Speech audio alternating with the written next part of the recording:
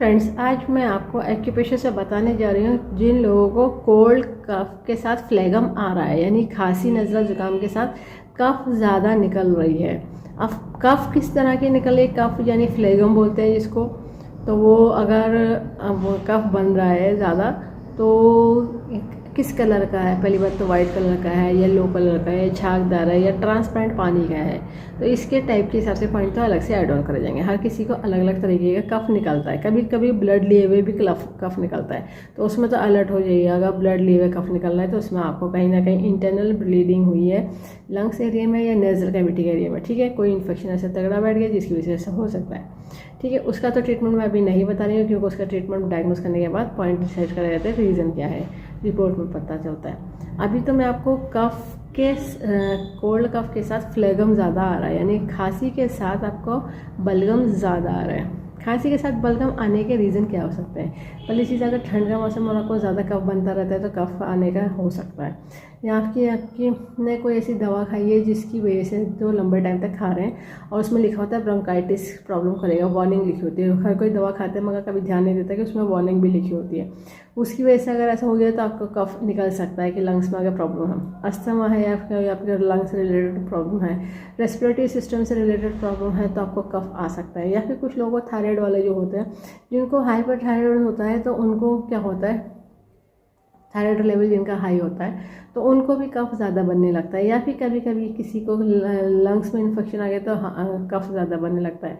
या फिर कभी कभी किसी को ये नहीं पता चलता कि वो कोल्ड कफ ज़्यादा उसको पकड़ता रहता है, बार बार खांसी नज़ला ज़ुकाम होता रहता है, बार बार नाक बहती रहती है। ये ठंडा मौसम ऐसा है कि जिसकी वजह से नाक से ठंडी हवा जा रही हो, हाँ, हलक में जाके वो बॉडी के अंदर उतर रही है और वो आपको कफ बना दे रही है, ठीक। या फिर आपने कभी कभी बहुत ज़्यादा मसालेदार खाया था तब भी कफ बन सकता है। कभी कभी ह्यूमिडिटी में ज़्यादा है कि हाथ पैर ज़्यादा गीले रख रहे हैं, सूखा नहीं रहे हैं, बहुत ज़्यादा पानी के ज़्यादा काम हो रहे, तर हो रहे हैं पानी, चाहे ठंडा हो मौसम या गर्मी हो, तो उसमें भी कफ बन सकता है। अगर ह्यूमिडिटी नेचर में रह रहे हो, कहीं नमी वाली जगह में होंगे तो कफ ज़्यादा बनेगा, ठीक है।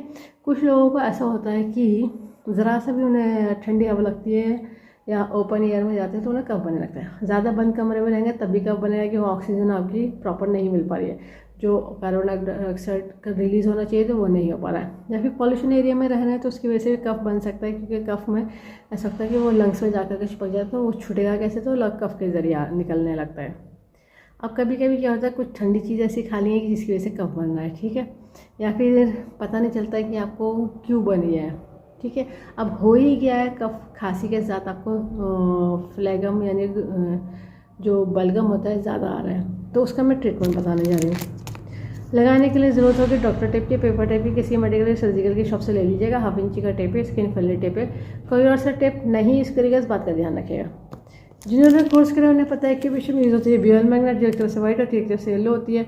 टोन सीडेटर का काम करती है, प्लस माइनस एनर्जी होती है, नॉर्थ पोल साउथ पोल। ये भी ऑल मैग्नेट ह्यूमन बॉडी के एक्यूप्रेशर पॉइंट को स्टिमुलेट करने के लिए, बैलेंस करने के लिए बनाई गई है। इसमें पावर उतनी दी गई है जो ह्यूमन बॉडी के एक्यूप्रेशर पॉइंट को स्टिमुलेट कर सके और बैलेंस कर सके। पॉइंट जो मैं बताऊंगी वो TCM का बताऊंगी, जिन्होंने TCM पढ़ी है वो लोग समझ जाएंगे। बाकी लोग लोकेशन देख करके पॉइंट लगा लीजिएगा। TCM के पॉइंट पर आपको बियल मैग्नेट लगानी है, जिन्हें कलर की नॉलेज है वो लोग कलर लगा लीजिएगा। और बियल अगर पॉइंट पे, कलर वाले पॉइंट पे अगर पानी लग गया, पसीना आ गया, तो पानी लगने से और पसीना से वो फंक्शन ख़त्म कर देगा, इसलिए कलर को रीअप्लाई कर लीजिए। और जो लोग कलर लगाएंगे तो बियल मैग्नेट अगर वो उसके ऊपर लगाएंगे तो काम नहीं करेगा, या तो बियल मैग्नेट लगा लीजिए फिर कलर लगा लीजिए। मैं आपको बियल मैग्नेट से ही बताऊँगी, ठीक है। अब देखिए इसके पॉइंट की लोकेशन। तो देखिए ये हमारा मिडिल फिंगर है। मिडिल फिंगर में जो बीचों बीच मेरिडियन चलती है वो गॉल ब्लैडर की चलती है, तो अपर जॉइंट में पॉइंट आता है GB का 40, गॉल ब्लैडर का 40-40वां। फिर ये जो मेरिडियन है ये स्टमक की मेरिडियन है, इंडेक्स फिंगर की तरफ आती है। ये पॉइंट हमारा जो है बीच वाले और उधर वाले साइड दोनों के बीच में है पॉइंट आता है स्टमक का 40.40वां, ठीक है। फिर देखिए ये हमारे थंब है। थंब में जो हमारा इंडेक्स फिंगर की तरफ जो मेरिडियन चलती है वो यूरिनरी ब्लैडर की चलती है। तो देखिए ये जो हमारी नीचे की बोन है, बोन गोल गोल उठी हुई, इसी के सहारे से नीचे को आएंगे तो पॉइंट आ जाएगा यूबी का 13वां पॉइंट है। ठीक है, इस कंडीशन में अगर कफ और खांसी दोनों एक साथ हो रहे हैं तो इन सब पॉइंटों को करा जाएगा सीडेड। सीडेड करने का तरीका रहेगा कि बियल मैग्नेट पेपर टेप में से जब येलो विजिबल होती है तो इसको कहते हैं सीडेड।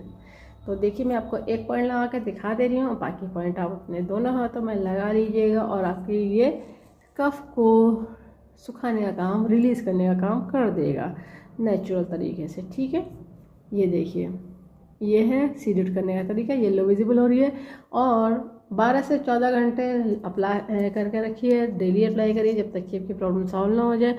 और अगर जो रीज़न डिटेक्ट हो गया है उसके हिसाब से पॉइंट अलग से ऐड ऑन करे जाएंगे। हर किसी की कंडीशन अलग अलग होती है, तो इस बात का ध्यान रखिएगा।